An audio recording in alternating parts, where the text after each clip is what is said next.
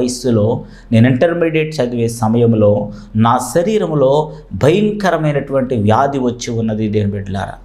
ఆ యొక్క వ్యాధి వలన నా యొక్క కీళ్ళన్నీ కూడా పట్లు వదిలేయడం జరిగింది. నా శరీరంలో ఉన్నటువంటి బలమంతా కూడా తొలగిపోయి నీరసం ఏర్పడి కాళ్ళు పట్లు వదిలేసి కీళ్ళు పట్లు వదిలేసి నడవలేని పరిస్థితి, నుంచోలేని పరిస్థితి, గోడలు పట్టుకొని నడిచేటువంటి పరిస్థితికి నేను దిగజారిపోయినానండి. అలాంటి యొక్క ఘోరమైన పరిస్థితులు ఉన్నప్పుడు మరి నేను ఆ యొక్క మందులు వాడుతూ ఉన్నాను. 1 సంవత్సరం తగ్గింది.